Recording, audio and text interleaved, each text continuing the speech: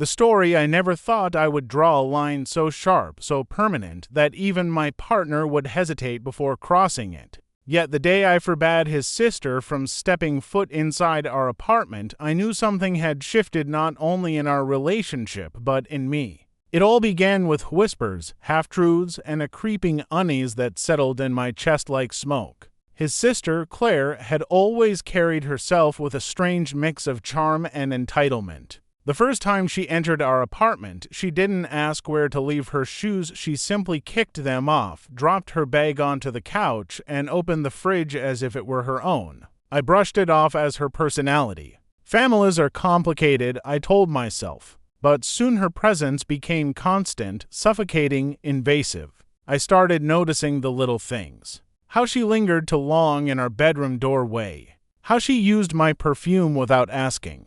How she laughed at his jokes in a way that made my stomach twist, her eyes fixed on him as though I were invisible. I told myself I was imagining it until I wasn't. One night, I came home earlier than expected. The lights were dim, soft music was playing, and the air was thick, people with something I couldn't quite name. I found them sitting together on the couch, to close. Her hand rested casually on his knee. His phone lay face down on the coffee table. The second they noticed me, both flinched like guilty children. "Relax," he said with a nervous laugh, "we were just talking." But talking doesn't leave shadows like that. That night, when I confronted him, he brushed it off again, insisting I was being paranoid. Claire was his sister, after all. What kind of monster would I be to suspect something more? But deep down, I knew there was something dangerous in the way they interacted, something unsaid that hung in the air whenever she was around. So I made my decision. The next morning, as Claire breezed in uninvited yet again, I stood in the doorway, blocking her path. My voice shook, but I didn't back down. "You are not welcome here anymore. Not now. Not ever." The silence that followed was heavier than any scream. She looked at me, lips curling into a smile that felt more like a threat than an expression. Then she leaned close and whispered so only I could hear, "You don't get to decide who he lets into his life. You'll see?" From that moment, everything unraveled. He was furious with me, claiming I was overreacting, disrespecting his family, poisoning the bond he had with his sister. He left the apartment that night, slamming the door behind him. Days passed without a word. When he finally returned, he was colder, distant, as if part of him had already shifted away from me. And then came the betrayal I had feared but hadn't been brave enough to name. A friend spotted them together late one evening at a bar across town, sitting close, her head resting against his shoulder. The photo she sent me felt like a blade twisting in my chest. I confronted him, demanded an explanation, but his silence told me more than any confession could. In the end, my worst suspicions were true. The boundaries I tried to set, the warnings I gave, were dismissed as jealousy until the truth exploded in my face. He had chosen her company over my trust, her presence over a relationship. I had forbidden her from entering my apartment, but I hadn't realized she was already inside the one place I couldn't protect, his heart. And so I left. Not because I couldn't fight for him, but because I refused to compete with a betrayal so twisted, so personal, that it would forever haunt me if I stayed. Continuation: the night I left the apartment, the city outside felt sharper, louder, as though the world itself knew I had just severed something that couldn't be repaired. My suitcase wheels rattled against the pavement, echoing through the empty streets, but inside me was only silence. I rented a small flat across town, a place so bare that the walls seemed to mock me with their emptiness. Yet in that emptiness, I found clarity. I could breathe again, free from the tension of watching his eyes drift toward someone else, someone who should never have been an option in the first place. But freedom was not the same as peace. Every night, questions gnawed at me. How long had it been happening?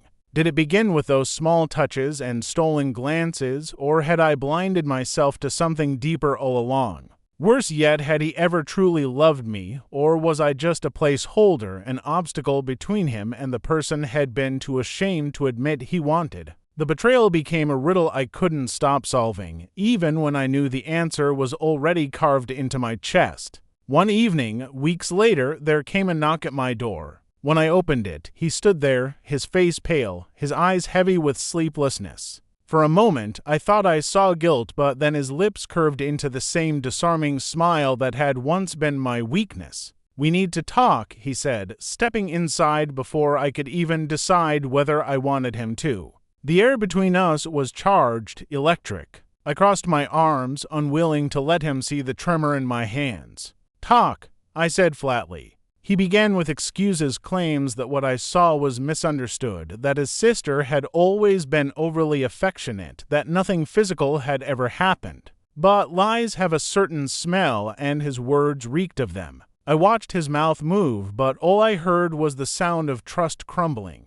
Finally, I asked the question I had been dreading. "Did you love her?" The silence that followed was worse than any answer. His jaw tightened. His eyes flickered away. And in that moment, I realized the truth didn't need to be spoken. It lived in the way he couldn't deny it. My breath caught in my throat, but I refused to let tears fall in front of him. Instead, I laughed a cold, bitter sound that surprised even me. "You don't get to come here and rewrite the story. You chose her. Not once, not by accident, but over and over. Don't you dare stand in my home and pretend otherwise."